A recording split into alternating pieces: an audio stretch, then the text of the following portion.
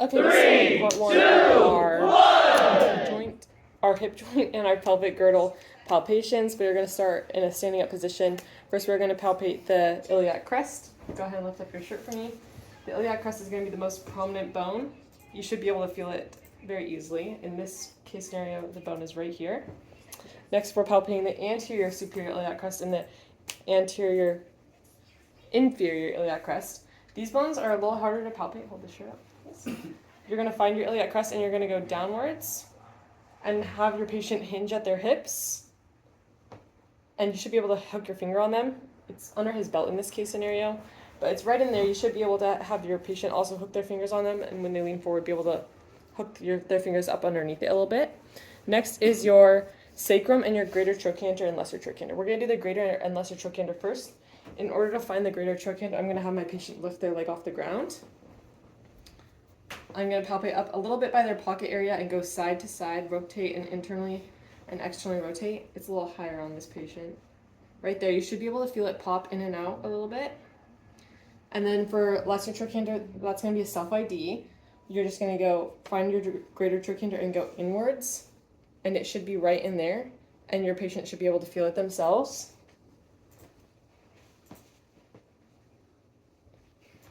And next is going to be the sacrum. Go ahead and turn around for me.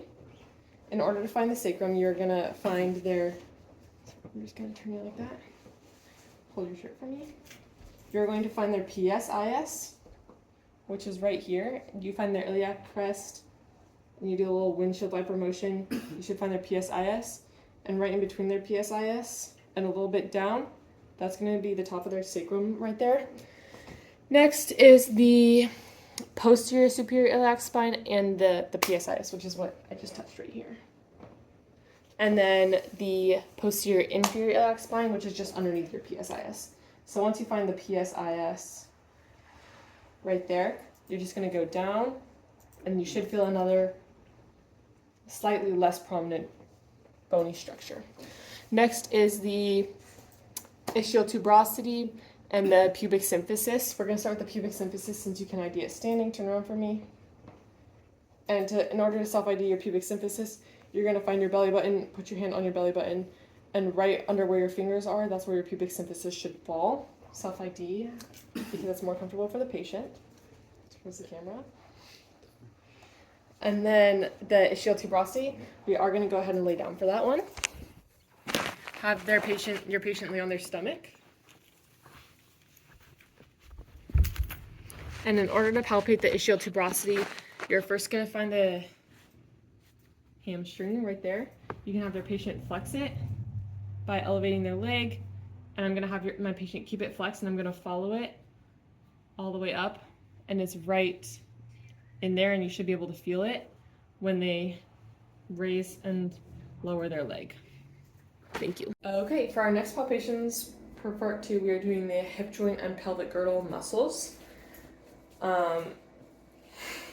First is the iliopsoas. The iliopsoas is located right in their pocket area, a little more medially, but I don't want to get into the patient's groin area, so it's right about here, and all that does is help flex the hip. Next is the rectus femoris, which is running down the front of their thigh. The rectus femoris is a hip flexor and a knee extensor. Next is the sartorius, which runs diagonally from the front of the hip down, and this helps laterally rotate the hip like this.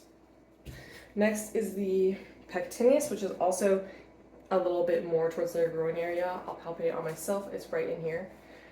Their pectineus muscle helps adduct and flex the hip. Adduction is just moving the thigh back closer to the body.